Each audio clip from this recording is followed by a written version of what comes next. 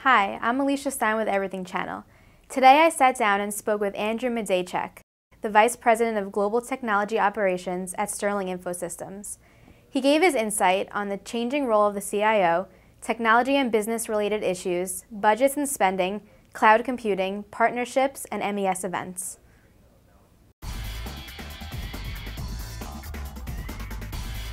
So I think the CIO's role has gone from a very so it's changing in many ways, I think. But I think predominantly, if you were to really focus on maybe one or two aspects, historically we've seen CIOs, and by the way, the term CIO is fairly new in the business landscape, right? So maybe what, 20 some odd years, if that. What I think used to be a very technical role has become a very business-focused role. Responsible for, the key drivers of the business, goals of the business, really taking on the role of bridging the gap between business and technology. And technology has such a saturation within the landscape of any corporation or even small business. So I think that would probably be the first role, is just really bridging the gap between business and actually sitting at the table as a business partner. And I think also too, the CIO has also, I think, gotten more involved in the financial aspects of any given company.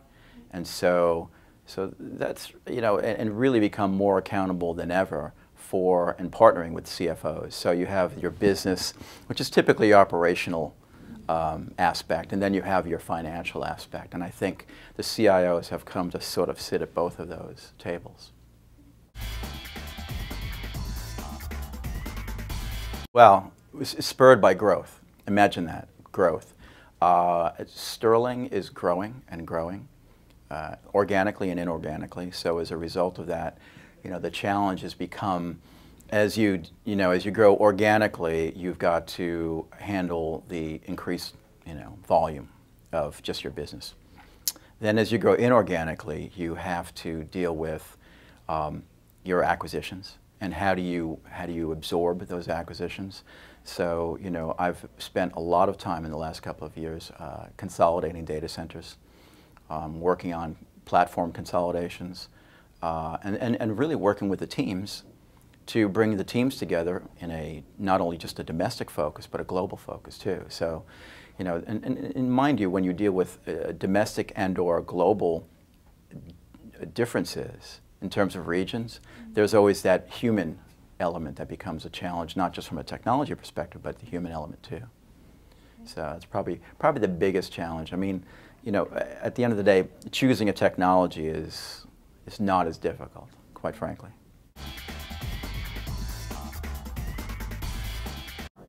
So with regard to business challenges and and how technology, not just myself, but basically everyone who's a technology leader in our organization, we're really finding, I think we're really finding our way in terms of being the valued and trusted partner.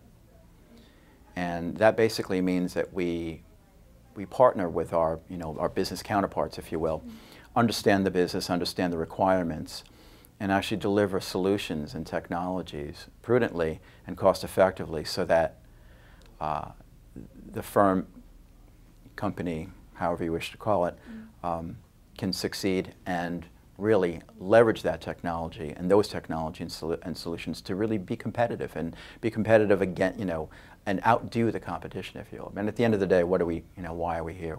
We're dealing with competitors, right? And quality service and all that, but it's really about leveraging technology and really helping do that.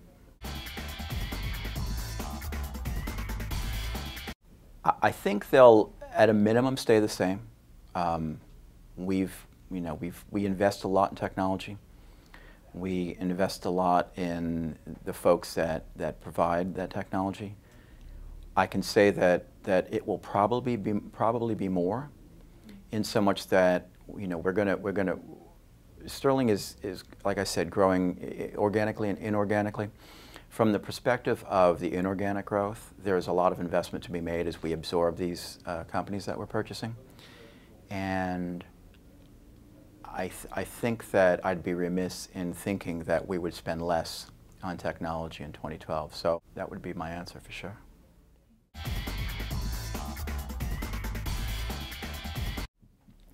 Well, first of all, everyone seems to love just the term cloud computing. I think that, and I did some roundtable sessions when I was at most recent conference, and it's interesting that I guess first of all it's educating folks to what cloud is, and there are various flavors of cloud, everything from software as a service to what people have dubbed as private cloud, which to me still kind of feels more like your own data center.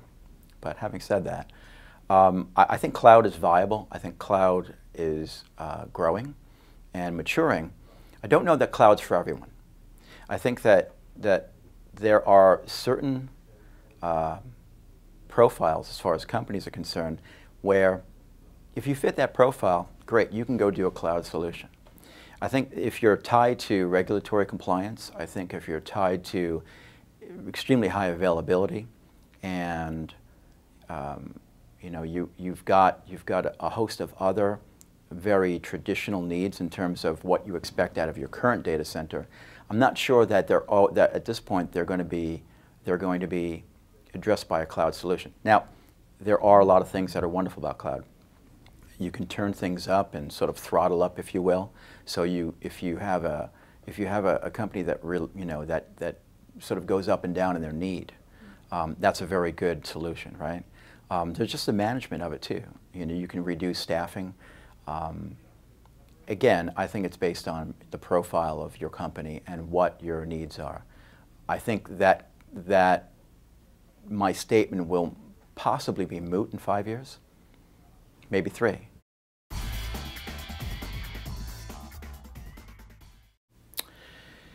So if I had to identify a couple of major partnerships, the first would be with our data center, and I think that we started with the outsourced co-location, if you will, about 5 years ago, and we did it in New York City actually, and that became a very expensive proposition. And for various reasons, whether it was cost based or just logistics in terms of New York City being a very very viable target yet still for some sort of either terrorist or other kind of activity, we made the conscious decision to move, and that's so and ties wonderfully into ROI. So moving the data center probably has saved us about $400,000 a year. So that's one example. I guess in terms of ROI, our partnership that we have now with Cisco and building out a global telephony solution, we're expecting to really realize a lot of a return on that. I think it'll be a realization that not is only monetarily based but productivity based as well. So I might have to report back on that, but it's something that even as we go through the process of rolling that out, that process has been very good.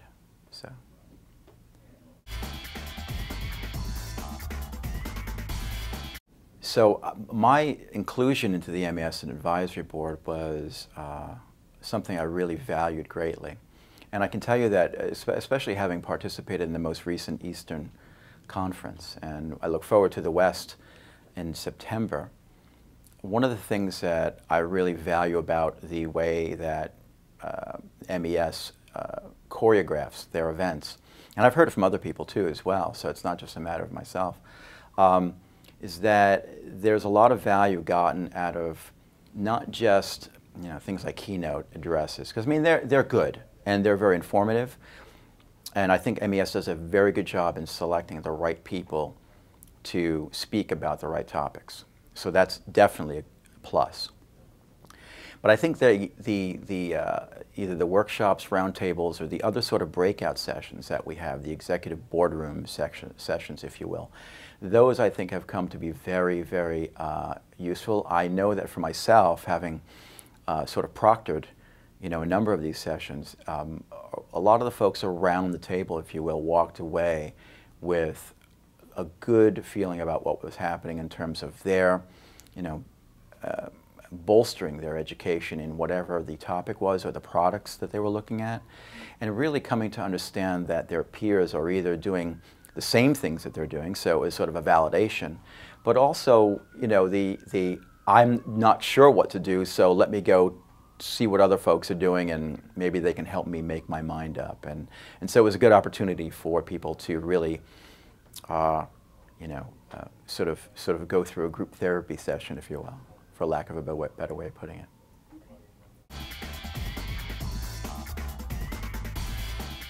Well, very simply, I'm kind of as a senior technology leader, and manager, I value a number of things. The first thing is I value the people, and irrespective of whatever solutions and technologies that you're implementing, the people are really at the forefront. But apart from that, I would encourage any CIO, CTO, or just high, a senior level IT manager, but even the mid-level managers too, is to be agnostic about it. To really step back, understand, first of all, understand what business you're in, understand the business, and then really partner with the business in understanding what their objectives and goals are, and be a really trusted advisor in terms of enabling them to really become effective at what they do. Technology for technology's sake, I don't think that's a good way to be in that seat. It's not a good way to exist in that seat, and I don't think that you serve anyone's purpose, whether it's the company or the folks that implement the technology or support it. You don't serve anyone's purpose if you're not sort of agnostic about the technology. You can be passionate about technology, but not too, let's just say, not too religious about it. Yeah.